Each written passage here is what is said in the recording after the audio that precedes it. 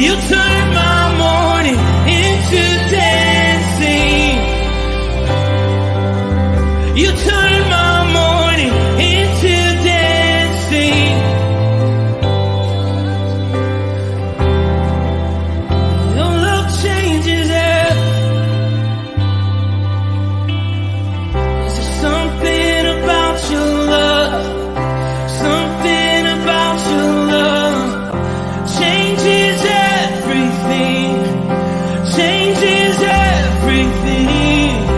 Something about your love, something about your love changes everything, changes everything. Something about your love, something about your love changes everything, changes everything.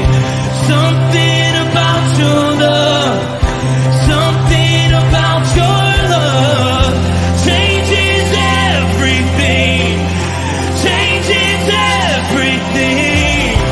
Something about your love, something about your love changes everything, changes everything.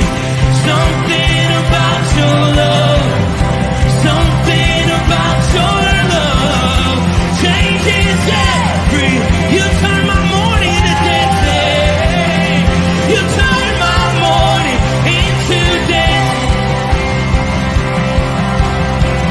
You turn my morning into dancing. You turn my morning into dancing. 'Cause your love changes everything. Your love changes everything. You turn my morning into dancing. You turn my morning into dancing. You turn my morning into dancing. 'Cause your love changes everything. Your love changes everything. Oh, there's something about your love, something about your love changes everything in my body. Oh, something about your love, something about your love changes everything.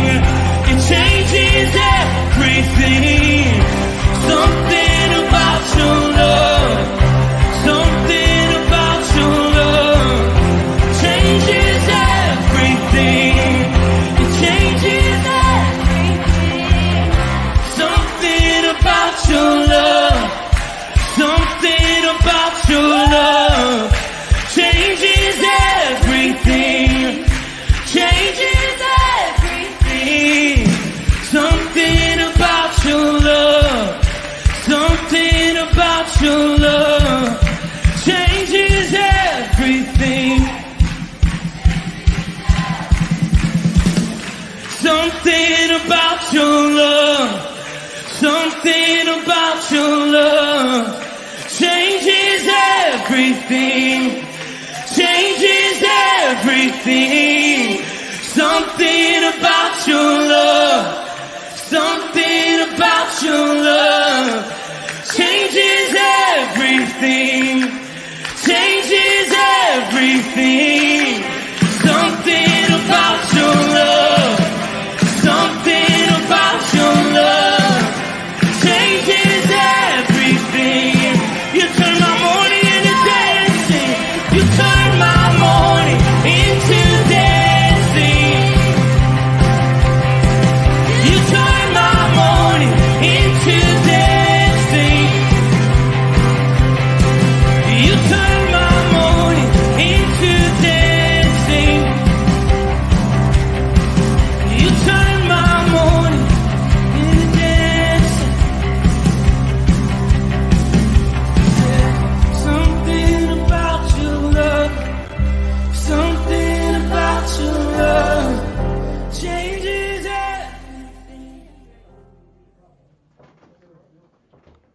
Good morning, Rooted Men. Great to be with you again this morning. Surprise, it's me again. Another incredible, beautiful day in the Lord's presence. Let this morning again bring news of your unfailing love. Every morning, digging into the Word together in community. I just can't stress enough how much this means to me, and I know it means to you. And so it's just an honor to be here with you.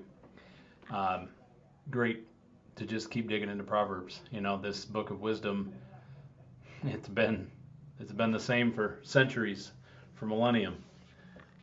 I guess I can't say millennium. I'm not exactly sure when it was written, but maybe millennium. We'll see if it's multiple or not. I think it is. Anyway, we just love the fact that the wisdom never changes. The book never changes. The truth is always true. And sometimes we struggle with that. Sometimes I read these passages and go, I don't get it. It doesn't resonate today. Or maybe that's not true anymore. And I assure you, every time I've done that, through prayer and trying to reread and re-understand, it's been the same answer. It's no, its truth didn't change. You did. And so I encourage you to be patient with yourself as you're learning these things. Be patient as you're growing in both this intimacy relationship with God and with this discipleship relationship that we're working on so much. Today's going to be one of those days. I think we're challenged to be disciples by some of the reading here. But it's good. It's always good. So we pick it up at verse 24 where we left off yesterday. One person gives freely, yet gains even more. Another withholds unduly, but comes to poverty. A generous person will prosper. Whoever refreshes others will be refreshed. People curse the one who hoards grain, but they pray God's blessings on the one who is willing to sell. Whoever seeks good finds favor, but evil comes to those who search for it. Those who trust in their riches will fall, but the righteous will thrive like a green leaf. I was pretty excited when I read these verses and remembered that in all the knowledge in the Bible, in all the hope that's delivered through truth, for some reason, Tom used to talk about that tuning fork, right? When things hum and things hit, and there's just this vibration on your soul level, and you just know, I'm getting truth here. Something's being downloaded. For me, that is verse 25. A generous person will prosper, and whoever refreshes others will be refreshed. The thought of refreshment. What a fitting time to be talking about it with the drought we're having, with the air pollution from the wildfires. Boy, we're just desperate for rain, aren't we? Farmers are desperate for rain. Lawn care workers are desperate for rain.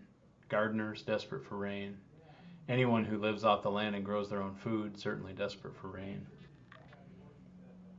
Refilling aquifers and replenishing the water supply. I mean, it's just such a great image for us to be living in and to think about what it means to be refreshed.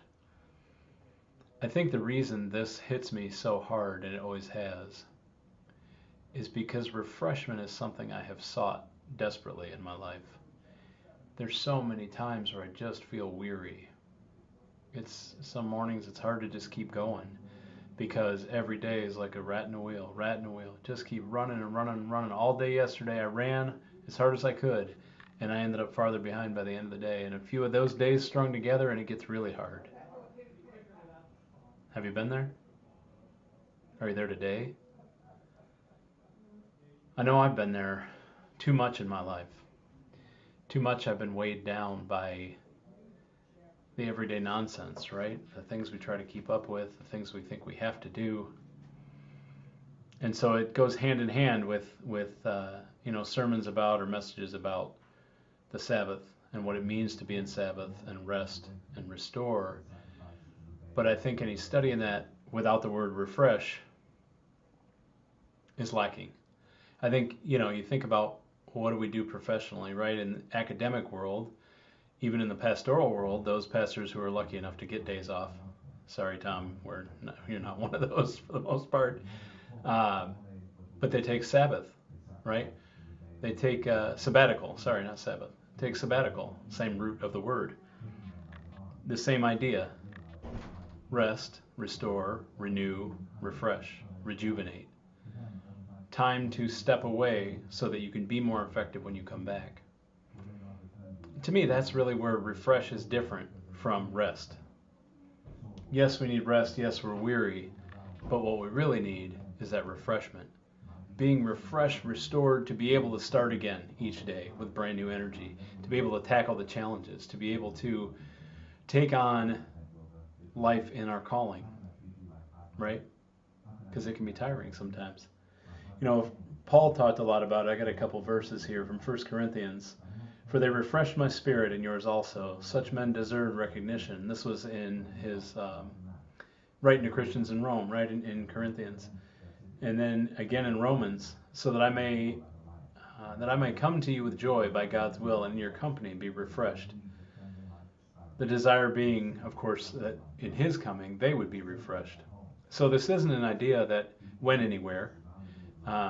Certainly understood as being really significant in the lives of the disciples, both before and after Christ's death and resurrection. When Paul was trying to lead a church, right, to lead several churches, but lead a church in a bigger sense. You know, we think of the church as a building, and I don't mean it that way. I mean as the collection of global believers, right? That they needed refreshment. And I think we do too. And it's one of those things that's hard, but I don't think it's accidental that it's mixed in with all these verses about giving. A person who gives freely gains yet even more. Who withholds unduly comes to poverty. We often, I warn you against it, and I have to warn myself against it. We read all these verses as though they just have to do with money. It's always about money because that's what we relate to when we're talking about being generous or withholding. But it's so much more than that. You can be generous with your spirit, with your spouse, with your kids, with your friends, with fellow men, people you work with. Being generous by being a listener when they need an ear, by caring, praying for them or praying with them, talking to them when they seem down, picking up a conversation, just showing you care. You know, God lays people on your heart and you wonder, boy, I haven't thought of that person in a while. That's weird. No, it's not weird. You need to reach out to them. Right? This is a way we can live intentionally, which is such an important thing, to be intentional about refreshing others. Something about giving that changes our perception, right? It reminds us of how much we truly have when we're thinking with gratitude first, and we're thinking of giving first. That includes giving of ourselves, right? When we're refreshing others, when we're pushing into others and loving them and leaning on them and being the hands and feet of Christ to people and serving them, that can refresh us. And I think, again, this is why it rings true for me, because I've always had what I described as a servant heart. For whatever reason, I've always been most energized by giving and serving other people. It's why I do my coaching practice. It's why I changed my law practice into just doing estate planning, because I think that's the place I can most effectively help people in a way that matters. I can break down myths and misunderstandings in both of those worlds and truly help people by bringing peace to their lives, by bringing organization to their lives. And I think we're all like that. That's my guess. I guess we all have a little bit inside of us that wants to serve and wants to give. So that's my challenge for you. I said it would be a discipleship-focused talk. And that's when we become disciples, we start peeling away our old habits and building new ones, right? The neural pathways we can rebuild in our brain. It's like when someone is addicted, it's so hard because it's their brain that keeps them addicted. And it takes several attempts and months to build new habits and new patterns. And that's a new pattern I want to encourage in you. Be refreshed by refreshing others. Be intentional. Trying to refresh others means being a positive energy in their life. Build them up. Speak truth to them. Don't be afraid. There might be times when you're feeling heavy and you need to complain, you need to get stuff off your chest, but I encourage you to intentionally focus on being a positive energy with other people and see what it does. see how it changes your perspective and changes your heart. I hope that's a blessing to you. I hope that's a challenge that you can take and continue on this path with me. I think it's certainly worth it. I love you, gentlemen. Have a great weekend and a great day. Make it a firmly rooted day. And may someone see Jesus in us today. Peace.